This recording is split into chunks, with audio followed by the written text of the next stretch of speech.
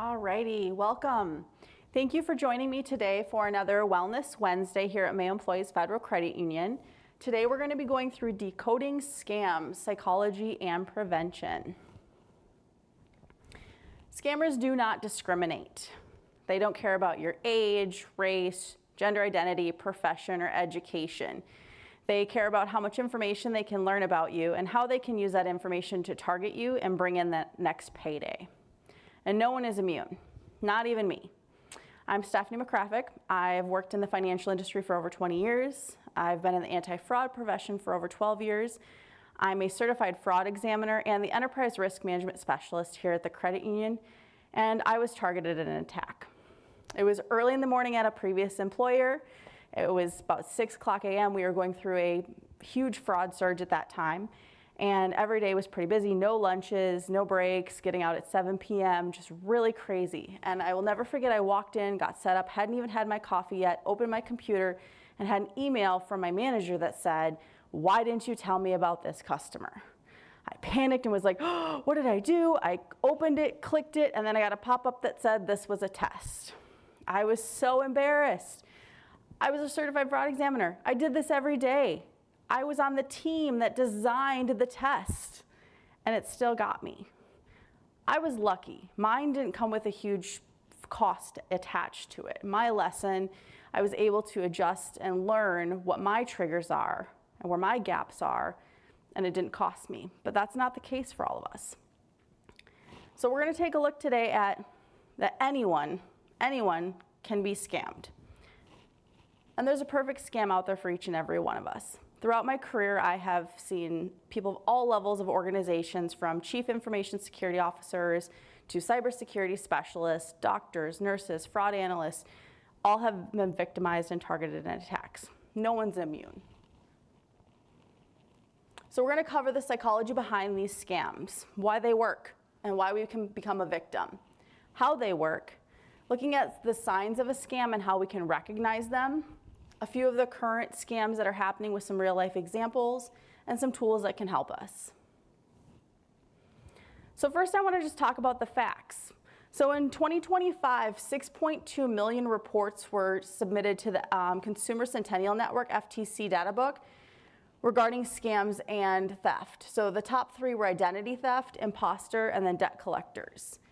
3 million of those were fraud reports, and the median loss was $414 per report per case. And the thing I want to point out here is it's so common to think, oh, this is happening to people of a certain age. You know, this won't happen to me. You know, it's just this certain age group. Unfortunately, our aging adults get blamed the most for this. But actually, that's not true. Younger people reported losing money to fraud more often than older people. And I want to show the breakdown. So when we look at the targeted group that gets blamed, they actually are right either less or right in target with everybody else. Our kind of mid-range professionals is the group that's targeting and experiencing the most scams right now. The reason that our aging adults get blamed the most is because they have more to lose. So why are we targeted? Why do we fall victim to scams or become a victim of a scam? So it's social factors. It's easy to say things like, "I can't believe they fell for that," or "How could they have fallen for that?" And it's in this victim shaming that leads us more and more to more victims, and this culture of blaming the victim instead of the criminal for the activity. So you would never say if somebody's home was broken into, "Oh, they should have locked their door." We don't blame the victim in those situations, so why do we do it for fraud? Why do we do it for scams? And the more that I've gotten into fraud and scams and seen the deeper, darker side of it, the more I see how much psychology is really at play and how much we really have working against us. So when we look at social factors, we're looking at our human nature. Our trusting nature alone leads us to want to believe people. We're overly trusting. We want to believe what people say. We place trust in people who have authority or perceived authority.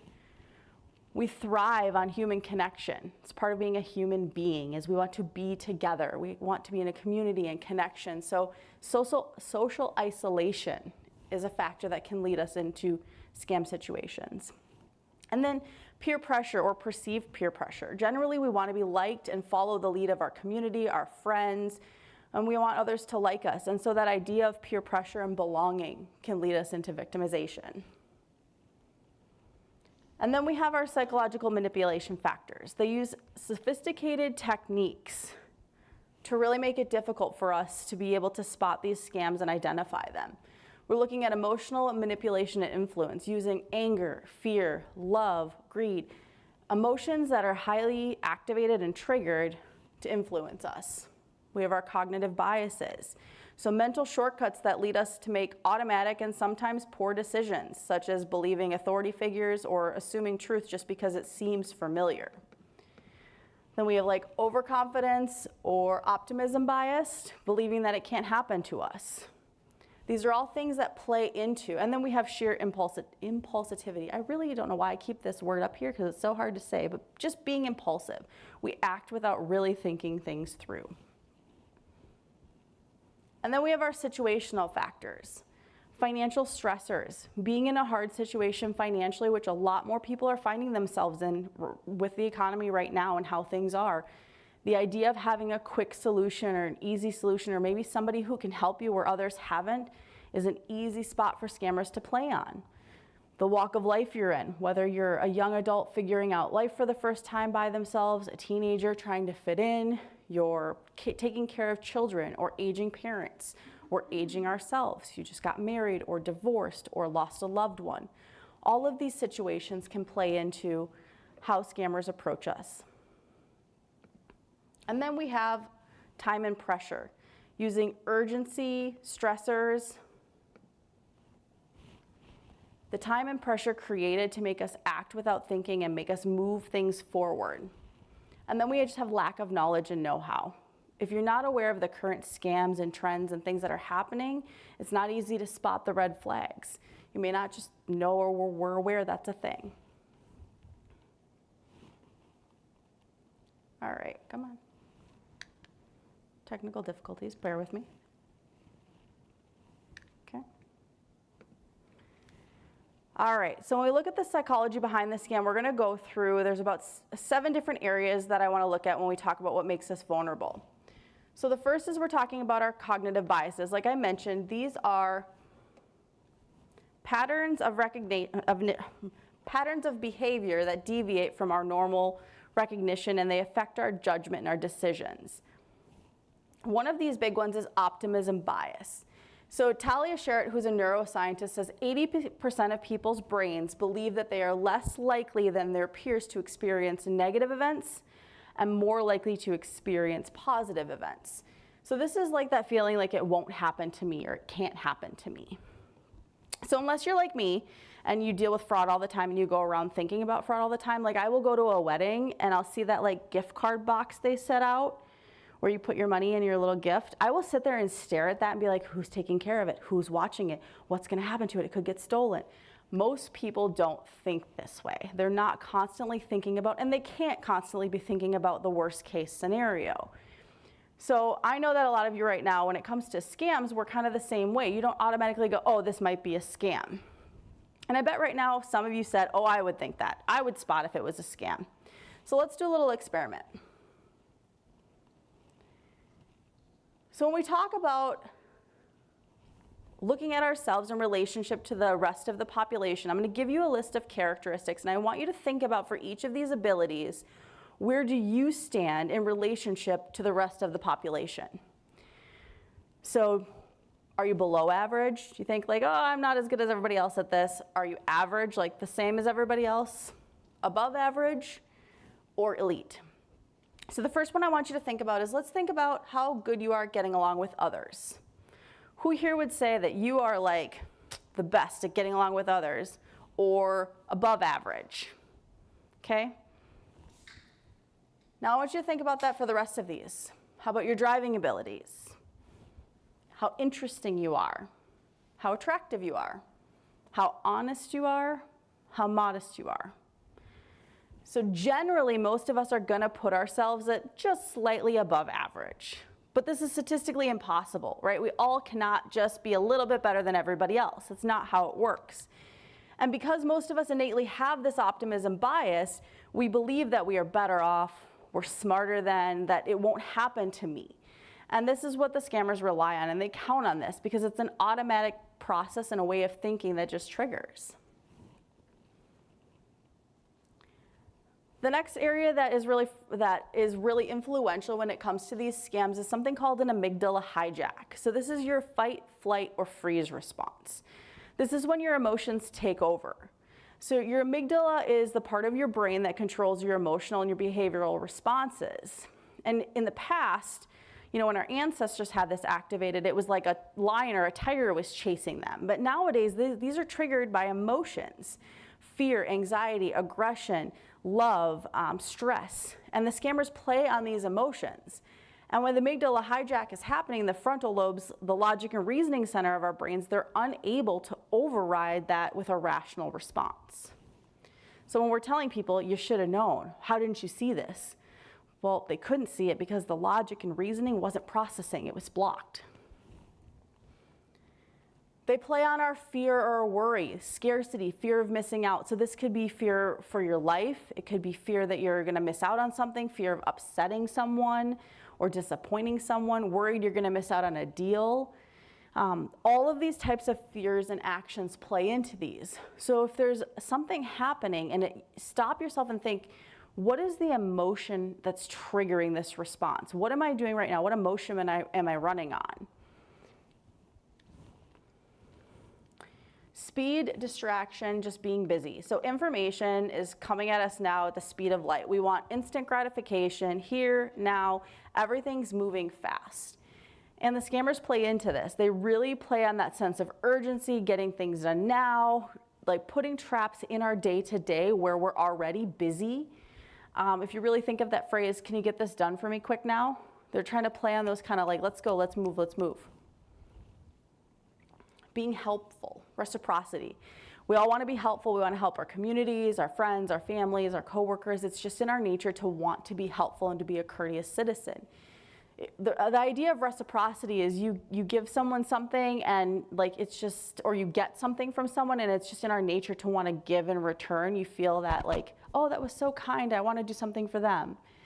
The good example of this I can think of is if you look at like when you're going through a door. If two people are approaching a door at the same time, if someone opens that door for you, you are more likely to return the favor than if they hadn't. That's reciprocity. And how scammers use this against us is the idea of being helpful or giving you a gift, right? So I'm going to teach you how to do this. I'm going to teach you how to invest and earn more money. Or they're going to give you a bunch of love and gratification and praises and that kind of emotional liking. And then they also use it for, if you think about trial services. So you're getting to try the service for free and they're getting something in return. They're getting all of your information. And then authority trusting. So this is our authority bias. This is where individuals are more likely to comply with someone that they see as a perceived authority figure. So they use the impersonation of financial institutions, well-known companies and brands to help build their automatic trust that we place in them before the conversation really even gets going. And then human connection. I touched on this a little bit. We really crave that human connection. And so scammers are going to do whatever they can to build that trust. They spend a lot of time and energy to build and develop relationships with people because they target our insecurities, our vulnerabilities, our loneliness, so that they can force that human connection, that relational part into their scam. So let's look at how a basic scam works. So the reason scammers are able to trick millions of people into losing thousands of dollars every day is because scams are a two-way interaction. They're a conversation. They don't happen by accident. So if you look at the patterns of a scam, you can start to train your brain to recognize them. You'll start to be able to insert stops into the patterns to be able to protect yourself. So the scammer's ultimate goal is money and information. That's what they're looking for. That's what they want. So they're going to select their targets. They pick an audience. They create special messages for that audience. They're going to use IMs, phone calls, social media, emails. They're going to create scripts for the specific group that they're trying to bring in. So this is why we call it phishing, because it's a baited hook. They're going to specifically tailor these messages so that they seem reasonable, logical, exciting. They're going to trigger panic or fear. And then they may use tactics that involve like reciprocity, like they're trying to get something in exchange from you, and they're really looking to start building on this illusion and opportunity and authority. And their goal is to get a conversation going. They want to build on that hook. They want to encourage engagement. This is the most dangerous stage of the scam, because once the conversation is going, once there's a two-way interaction happening, that's where they start to use the psychology, those critical things to build that trust and start to move their plan forward. And then we end up with a victim. The scammer keeps their victims on the line as long as they can. They're going to keep building that trust and using our humanity against us. And then they're going to continue to keep you in those hijacked fight or flight responses so that your logic and reasoning cannot take over. So this is the typical roadmap of how a scam works. So some of the signs of a scam and when to like put on the brakes, take a pause, start to really look at how you can create some space is first, whenever someone is posing as an authority figure or known organization. Like I said, they like to pose as FBI, financial institutions, governments, utilities, tech companies, computer companies. And these are people that we already have this trust placed in, and so that it's less work for them to do. So the more often you can kind of start to put on the brakes and think these through and ask questions, it's going to be your first sign. If there's a claim that it's an emergency, if you don't act right now, you're going to lose your prize winnings, or your friend is in trouble in a foreign country, or if there's something that prompts an immediate reaction, they're playing on that fight or flight emotional response. Using pressure or threats. Again, this is going to be trying to get you into that amygdala hijack state, that fight or flight. They're trying to keep you engaged and busy doing things so that your logic and reasoning can't take over. That pressure and threat use. Again, this is another pressure here. So sometimes they'll use threats of arrest, taking away a license, or physical safety. If it's unexpected or out of the blue, it could be a knock on the door, it could be a phone call or an email or a piece of mail that you weren't expecting. For example, you got a call from the IRS or a collection agency that says you have to pay now or you're going to jail, but you didn't think you owed anybody money. Or you get a check in the mail and it even came where you had to sign for it, but you weren't expecting that check. Don't cash it. It's a secret. If you are being asked to keep a transaction a secret, it's because the scammers know that the more people you engage with and talk about with this, the more chance it's going to thwart their plan. So they're going to go as far as to tell you what to say to your bank if they do start asking questions. Or they'll even sometimes tell you not to trust your bank because they're in on it, they're being investigated. So this idea of secrecy and keeping things between you. They're going to tell you how to send money and what ways to send it and how to, like, what to buy exactly. They're going to say you need to send a wire and tell them it's for this. Or you're going to invest in cryptocurrency. It's a huge win for Minnesota. We've been pushing really hard that the crypto ATMs that have been available are now going to be removed in July. It was a huge push we had, so that's a win for us here. No more crypto ATMs for these scammers to use. But if they ask for Zelle, Cash App, gift cards, Western Union, all of that, they're going to tell you exactly how to send the money, what to use for the reason, which gift cards to purchase. They're going to give you directions.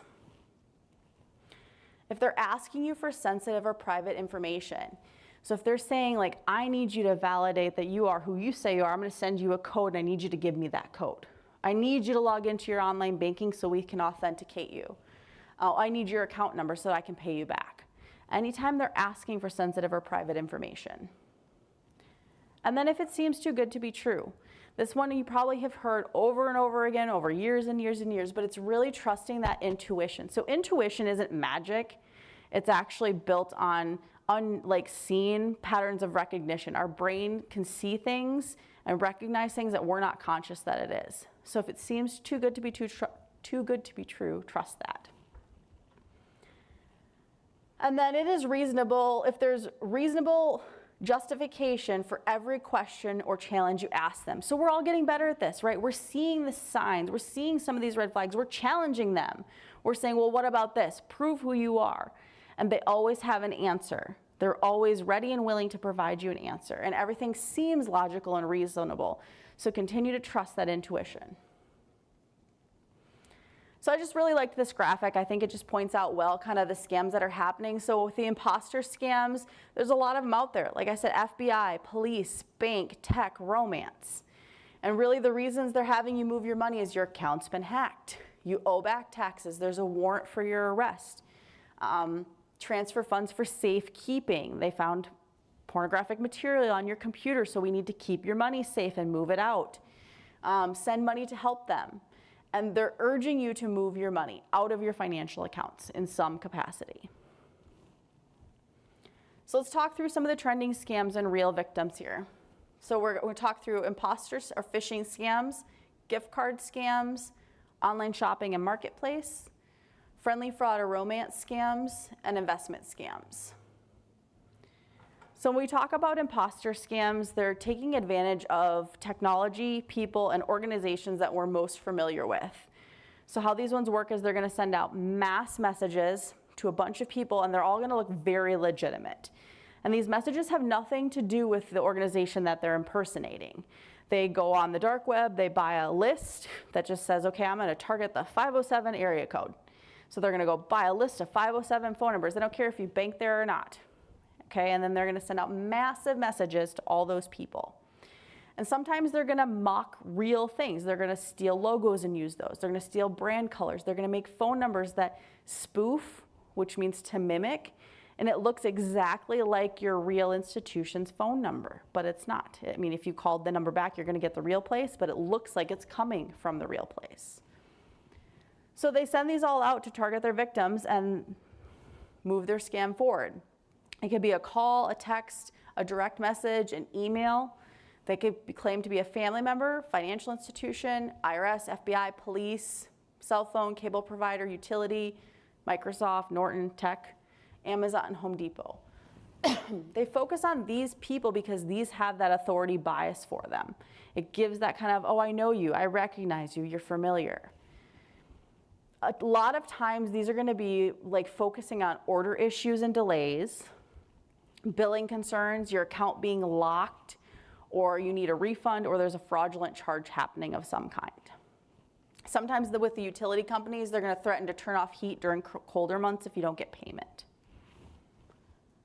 So what can we do to prevent this? Do a fight or flight pulse check or like a vibe check.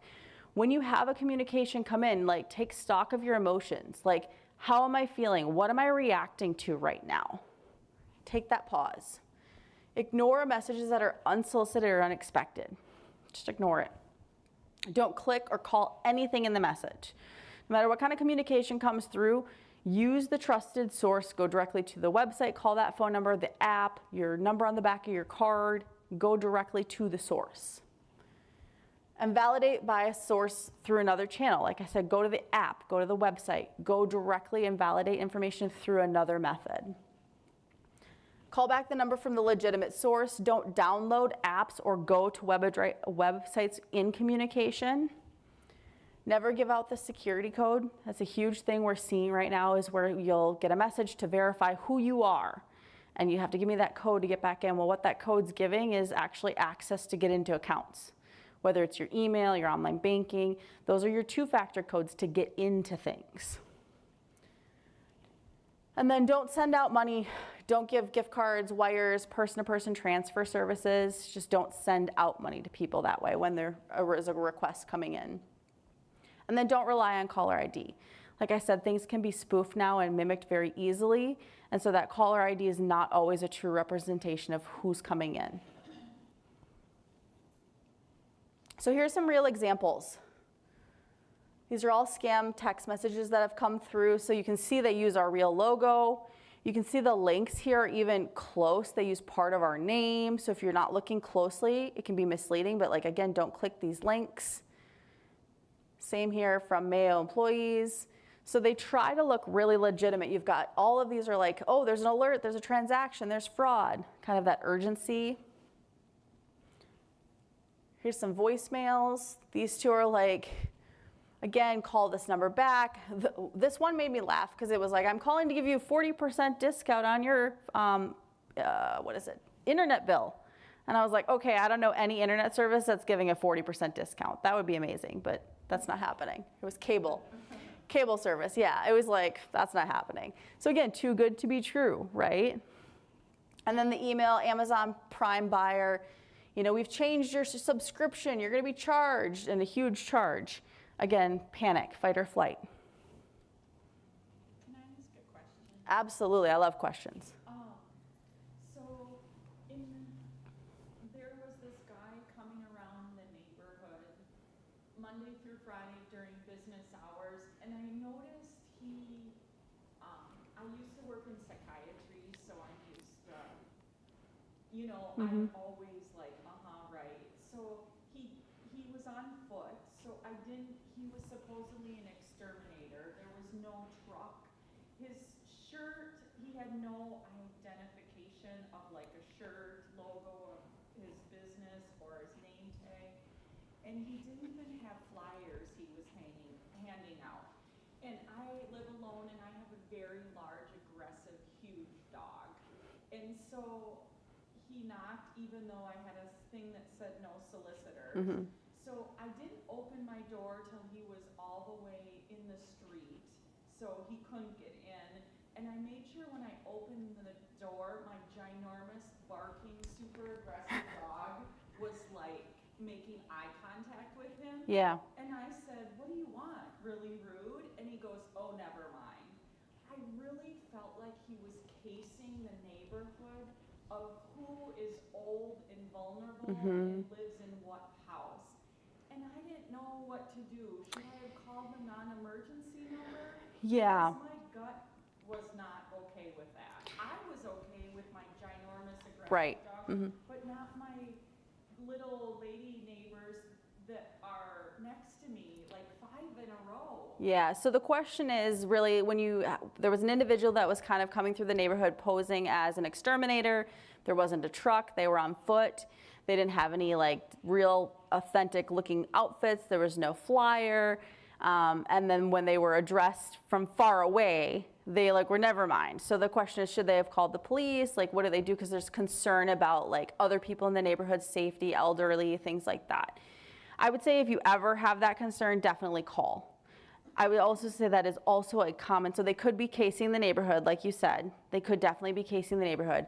They also could be working another type of scam, like in a pest control scam. Yeah. So if it is someone who is a true merchant, they should have a license. They have to have a license with the city, so you can ask them, can I please see your license? And don't let them give you an excuse of why it shouldn't be on them. It should be on the back of their clipboard on their physical person. Yep, and if you ever have concerns about somebody in your neighborhood, absolutely call the non-emergency number and let them know. I know of a specific situation with me personally in our family. We had an individual hiding in bushes, and we live near several schools and kids walk along that route. So we've definitely taken that extra security so it's talking about these things and working together as a community, large scale, are gonna be the things that keep us safe. So here's some additional examples of this type of scam, again, using our logo. In this case, you can see the phone number is not a match for the true number, so they didn't take the time to try to spoof a number on this one. But again, the urgency, call now, limited access, things like that.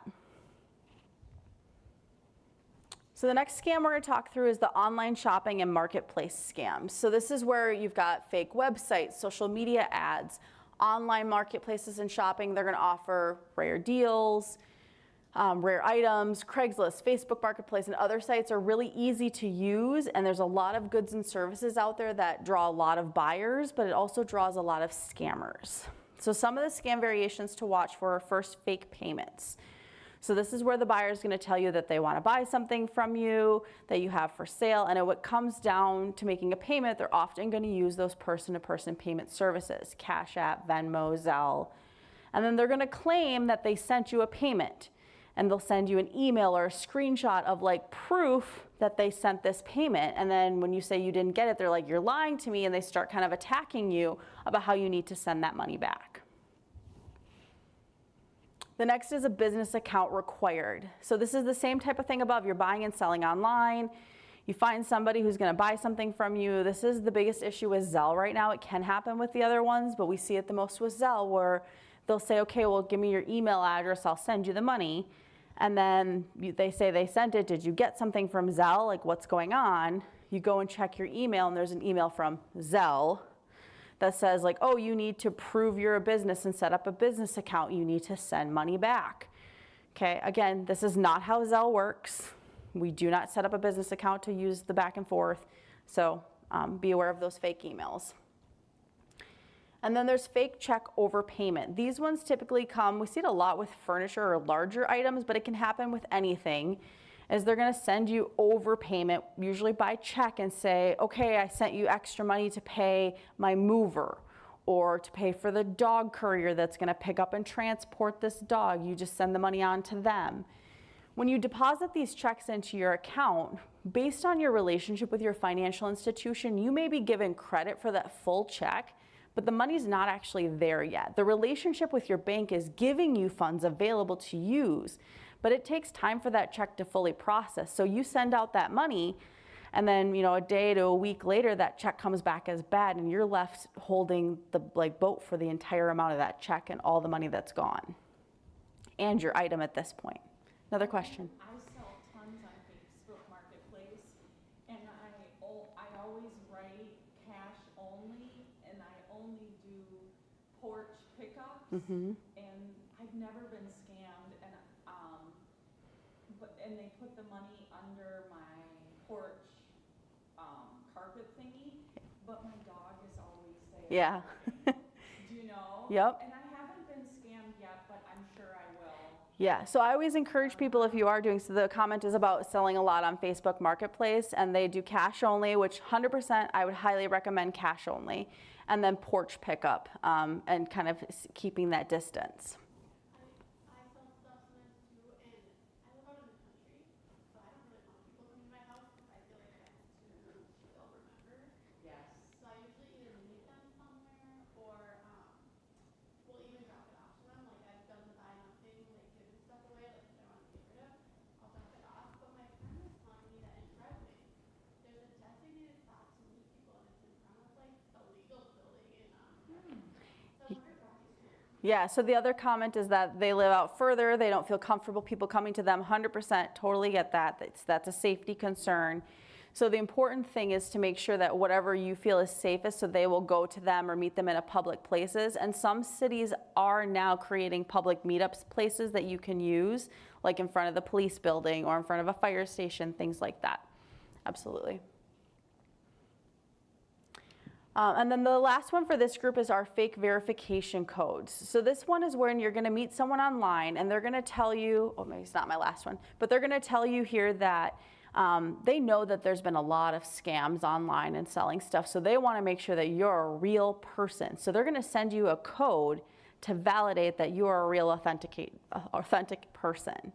Well, what they're really doing is sending you a code to link your phone number to Google Voice and Google Text, so that way they can use your phone number to scam other people. And when it's traced back through those scams, it's linked to your number. And then we have friends with online sales. So this is, you're scrolling through your social media and you come across one of your friends' posts, and they've got a lot of high value items up for sale. Cars, boats, ATVs, bigger items. And there's usually some sort of story about something that happened. They have a family member they're helping that passed, or that has to move out of their place and go to a smaller place. And what they do is they tell you that they're willing, because you're a friend, to hold the item, but you have to pay a deposit just so they can make sure you're serious. So you send, $100 to $500 to $1,000 to hold your item. Well, really what's happened here is your friend's Facebook account or Instagram account has been hacked, and it's a scammer using their profile now. And then payment decline. So this one is where you're out shopping, you're at a website that you think is good, you find something you really want, and you enter your card information, you get all the way through the payment screen, it pops up and it declines. You're like, what's going on? So then you do it again, and it declines it again.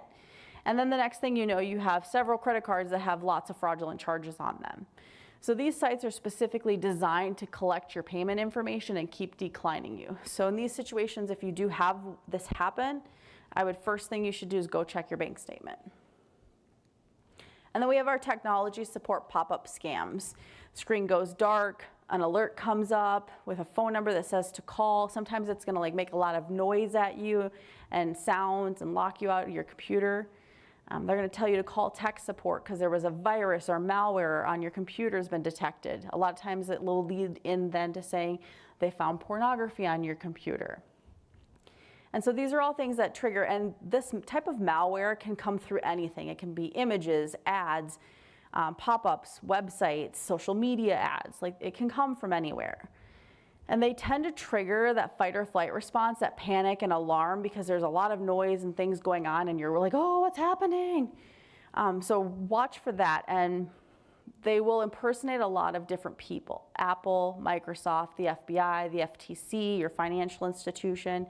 And they tend to keep you on the phone for hours. These are really long conversations that end up happening.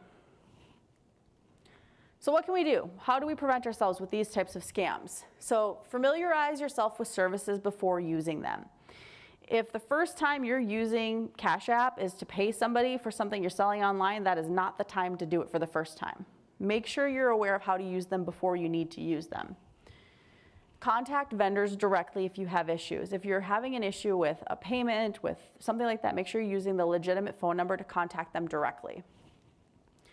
Use Zelle only with people you know in real life. Zelle is designed to pay your best friend back for dinner or pay your grandma back for coffee.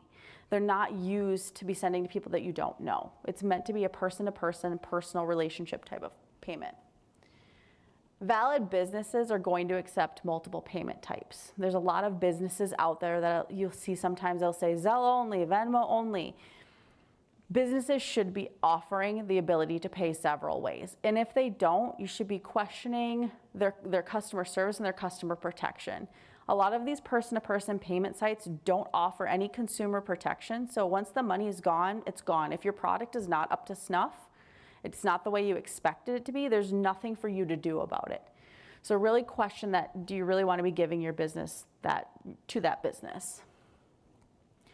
Never accept money or send it out for others. So a lot of the times with these exchanges, they're going to send you a deposit, send you a check, and then have you send more money onward to someone else. Don't let somebody else use your account to move money through.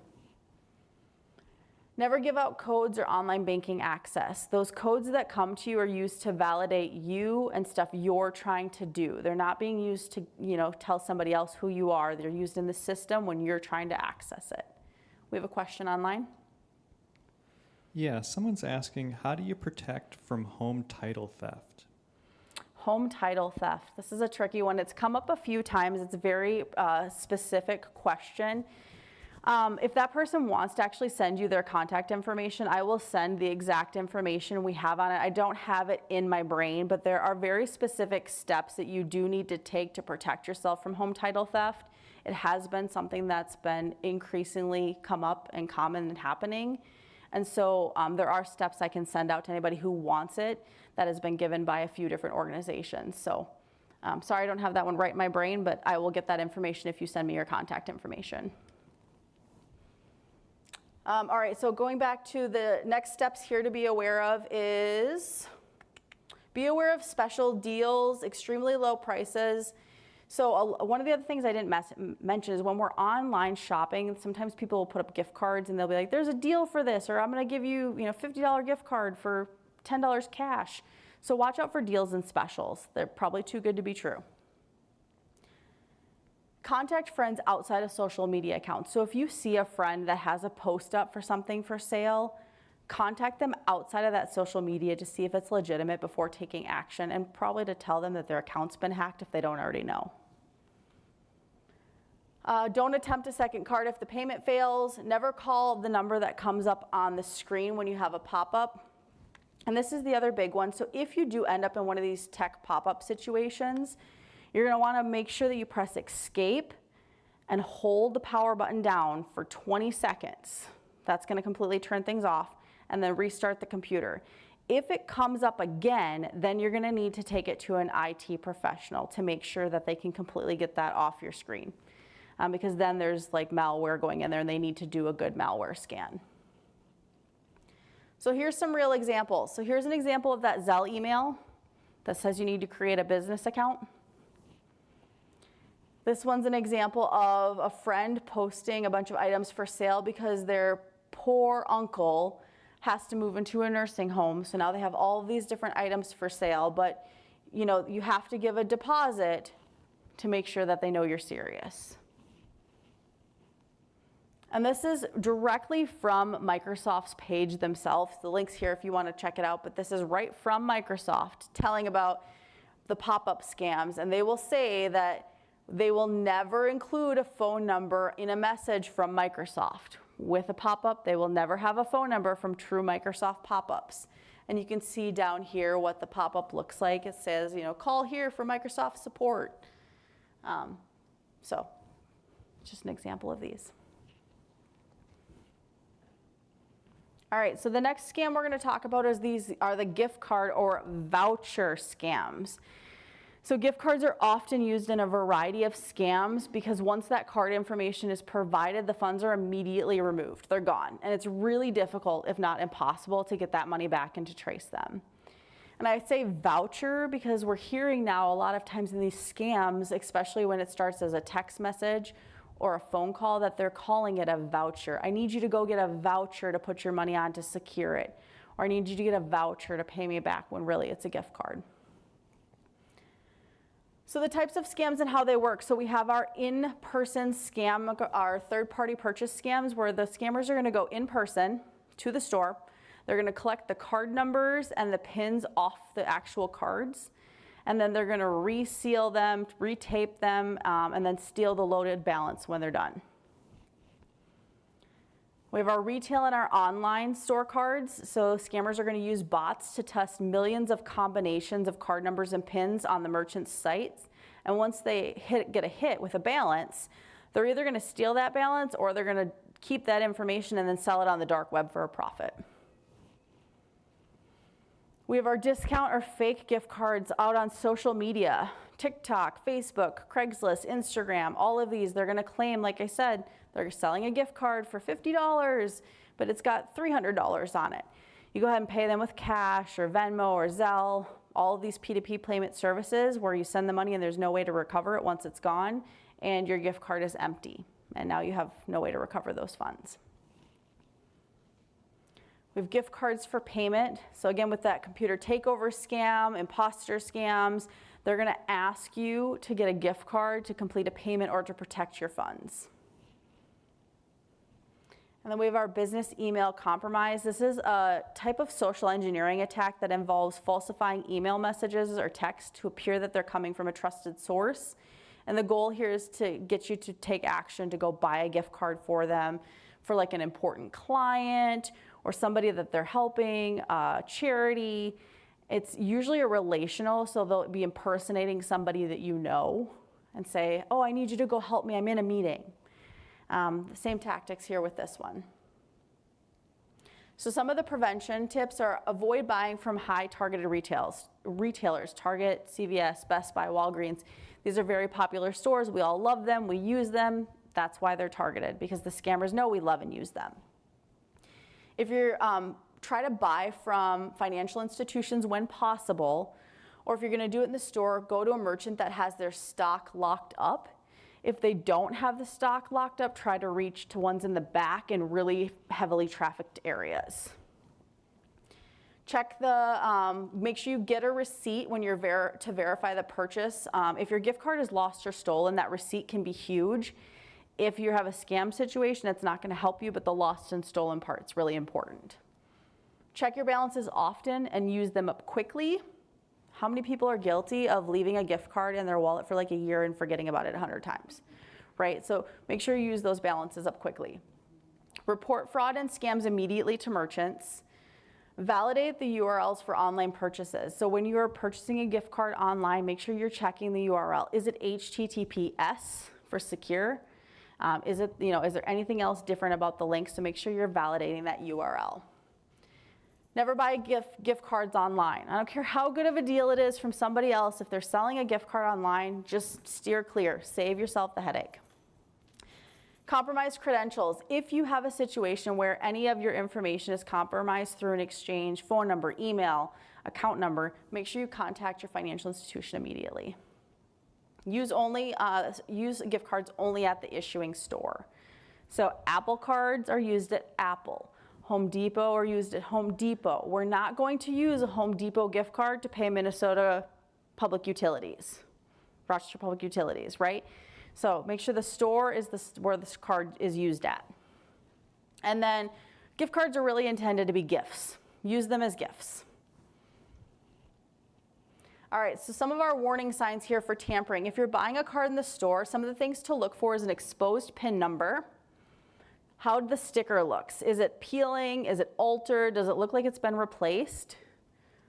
Does the package look like it's yellowing or bubbling or have some glue that's pulling away?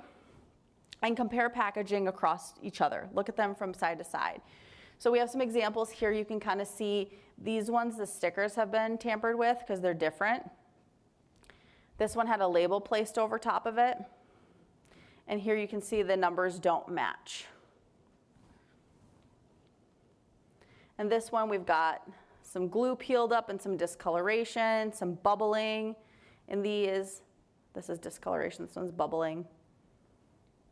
So just some things to watch for when you're picking out those gift cards.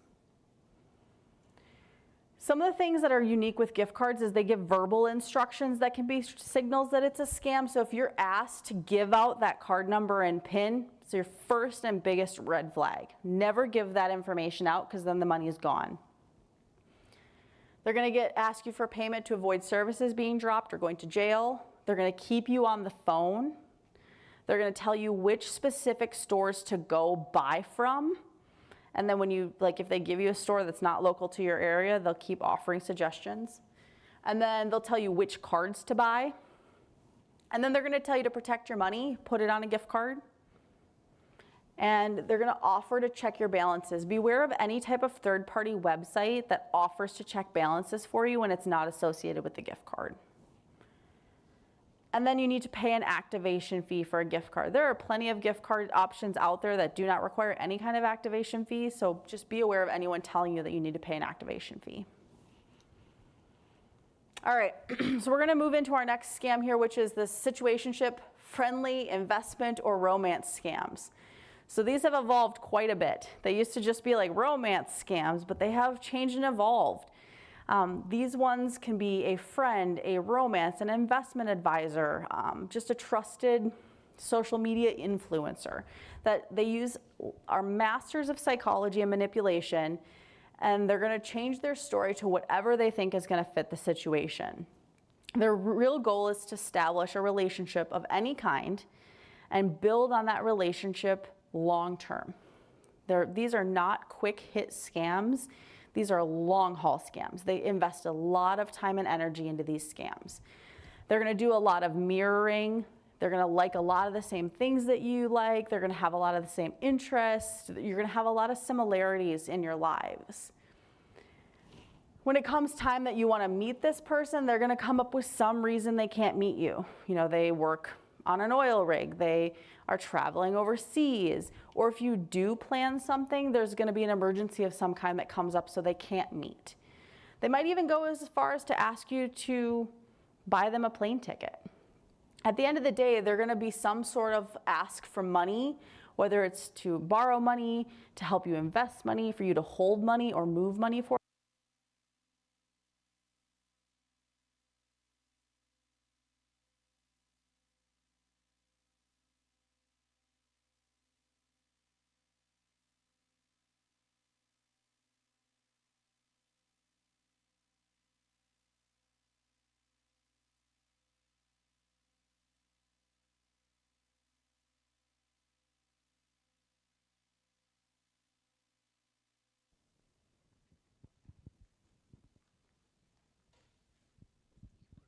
And we're back. Can you hear me? Okay, perfect. All right, now I'm going to be swinging this around and talking with my hands. That's great. So some of the common variations of this, like I said, include dating and romance, friendly or acquaintance. I mean, this could end up being like a nephew or a buddy or someone who feels like your child, right? They don't have to be romance. Situationship, an advisor, a friend. And now we have cyber kidnapping and cyber hostage. So this is a new variation where they're taking it to another extreme. They'll say that they have somebody that you love and they're holding them hostage, or they're going to hold you hostage using your own mind and technology, saying they're watching you or they're following you. They can see what you're doing. These are all variations of these. So some of the prevention tips here with this one is going to be, if they can't meet you in real life for any reason, it's suspicious. Beware of any sob stories or pet names. Anybody who falls too fast, it goes like from friendship to love real quick. Think about the information that they're asking for you, like private photos. Ask yourself, would you share that with your grandma? Because those type of pictures and information can come back. Never send money or confidential information if they start asking you for pictures of your driver's license or access to your account to make a deposit. Do your research. It is so hard with the use of AI and technology. These are getting harder and harder. So do everything you can to research this person online, dig up information about them, and really trust those gut instincts if you can't find enough information. Trust your gut. That's a huge one. And check with friends or family. When your friends or family are saying to you, like, this feels weird, something is off, I don't trust this person, trust that. It's so easy for us to write off our friends and family, but if they're sniffing something that your red flags aren't triggering, look into it more. And then review all investment opportunities with an expert. We have trusted experts here at the credit union. They will review anything with you. But if you have someone online who's advising you in investing, you really want to be careful to vet their credentials carefully. So I want to go through like the kind of the typical investment scam gone wrong. So we've got scammers going to meet up with you on a dating app. They're going to ask you to start messaging from first they'll start on Facebook or Instagram or TikTok, and then they're going to move it to WhatsApp or Telegram. These are harder to track messages and they're private. That's why they move the conversations there. Sometimes they'll just go straight to text messages. And then they'll start calling you or texting you to build up that relationship. A lot of times it's romantic, but any type of relationship. And then they're going to eventually start talking about money. It could be through, oh, look at all this money I'm making. I get to do all these fun activities like yoga. Or it could be they're just starting to talk to you about how they're investing or buying in crypto. The scammer is then going to ask you to start investing and buying. You're going to start out small. Sometimes it's precious metals too. They're starting off small to build trust.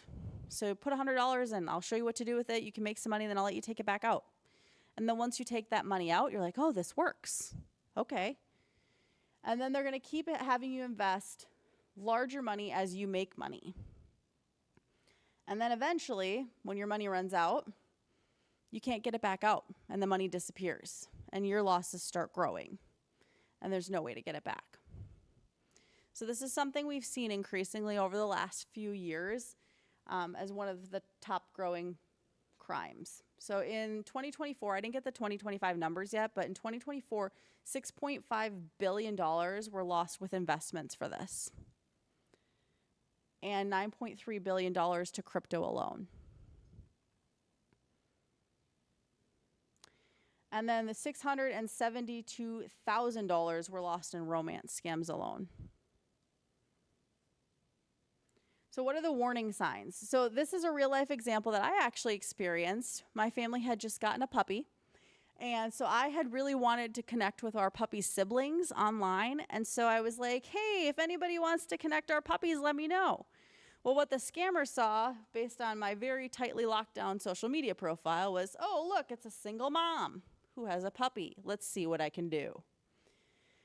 So you hear, oh, it's a little weird trying to talk to someone you don't know, but your personality is adorable. You have a bright and beautiful smile. See, look at all the flattering language right away. Seeing your my suggested friends option, I was drawn to your timeline, and every message you put out is fascinating and worth good content. They couldn't see my timeline. There's nothing there for people who don't know me.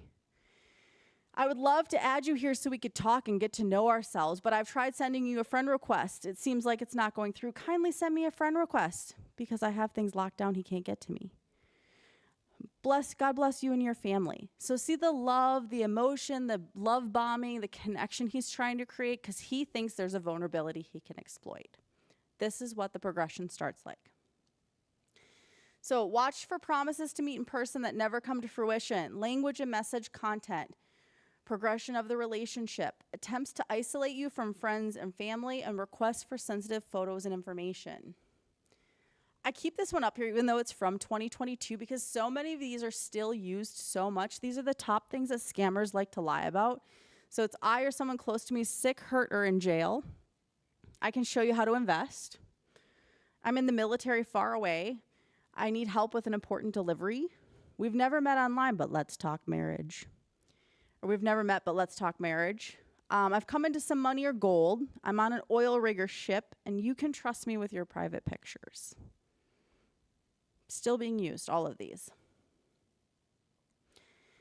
So one of the big things that I want you to walk away with today is that criminals are experts at amygdala hijacking and social engineering. They spend hours researching their victims and targets, and they utilize our psychology and our human nature against us. One thing that we can do is they wait for the right moment.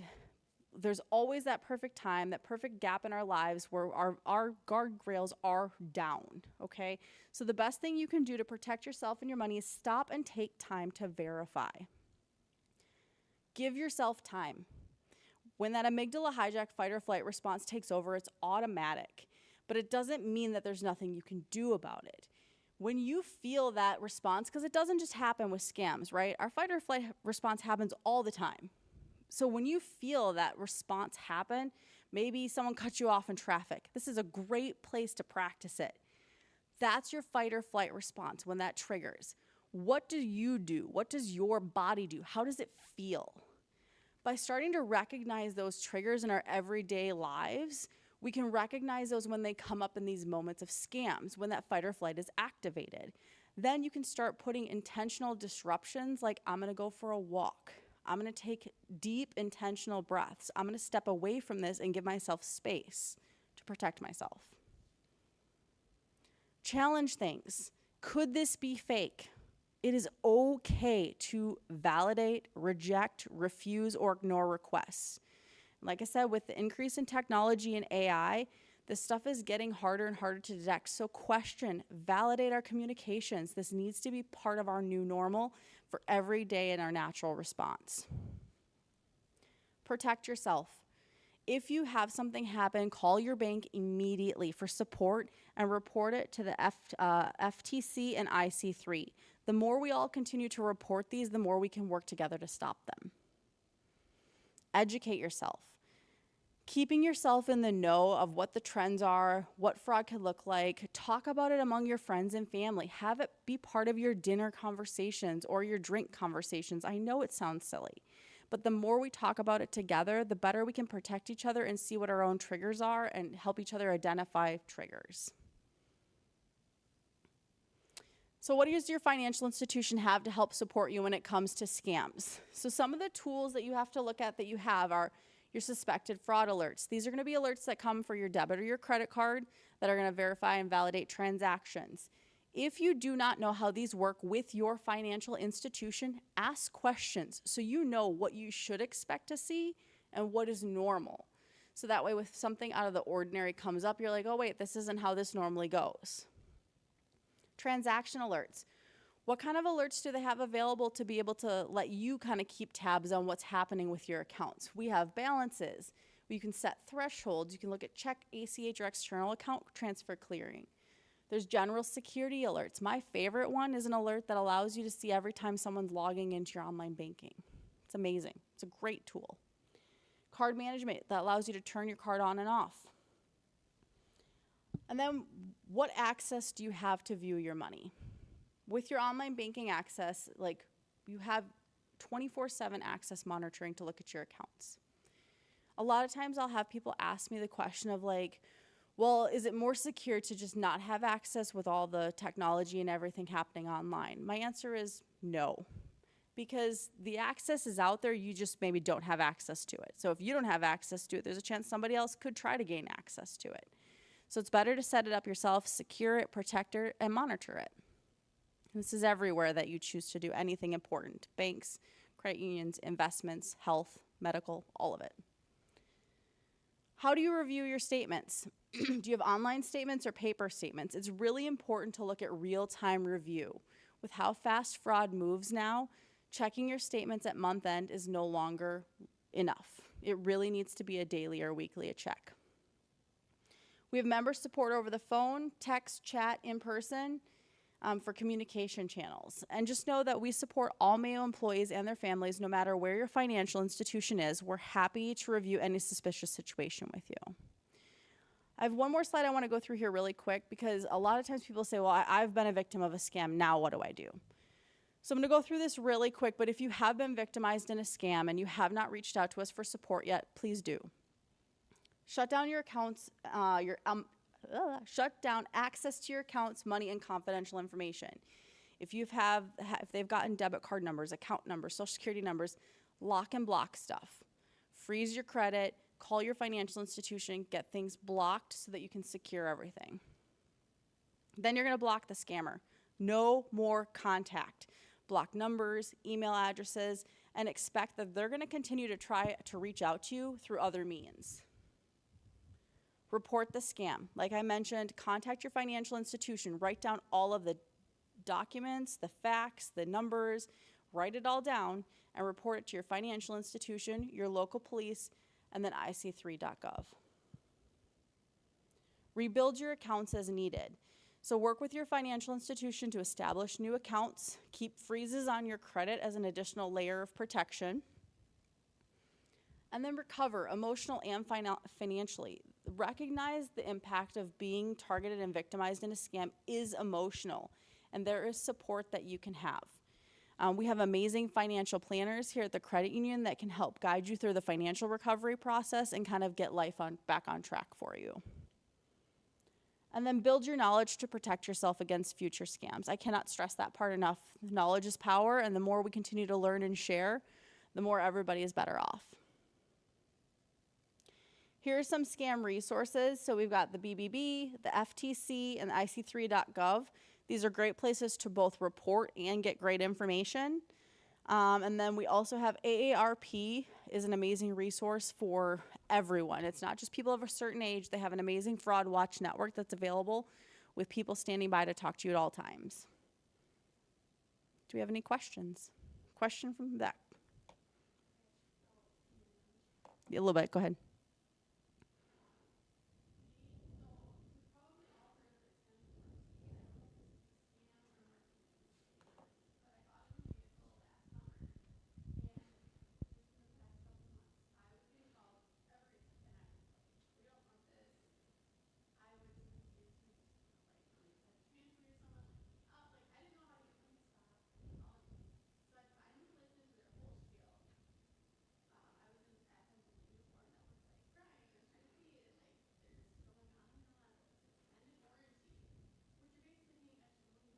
Mm-hmm.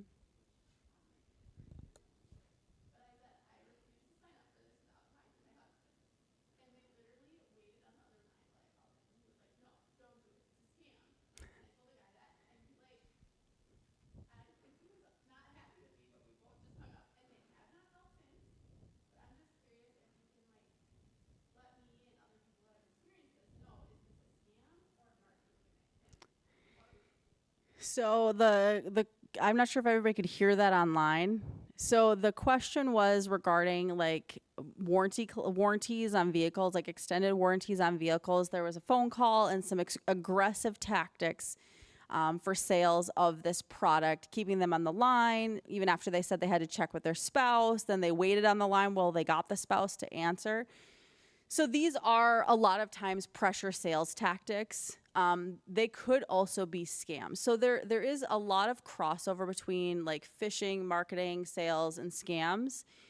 So I would say the big thing you can do is if it's true like marketing, if you register yourself for the do not call lists, then they can't call you. So that's going to decrease the marketing calls, which will then leave you more with just the scam calls. So that's a good way to help filter them out so you know which is which. So I would say that when it comes down to it, best way is just don't answer calls that you're not expecting.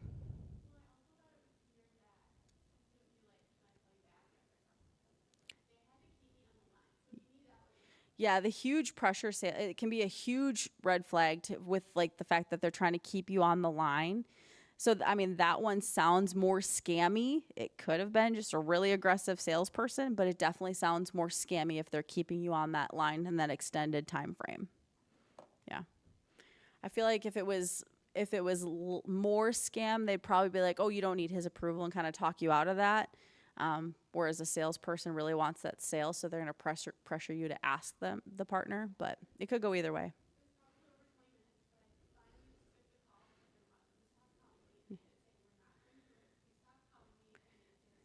If they continue to call you, don't forget you also have that block caller on your phone.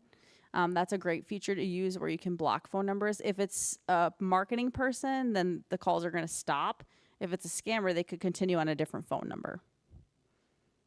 Any other questions? Awesome. Well, thank you, everyone. I hope you found something of value today, and please reach out if you have additional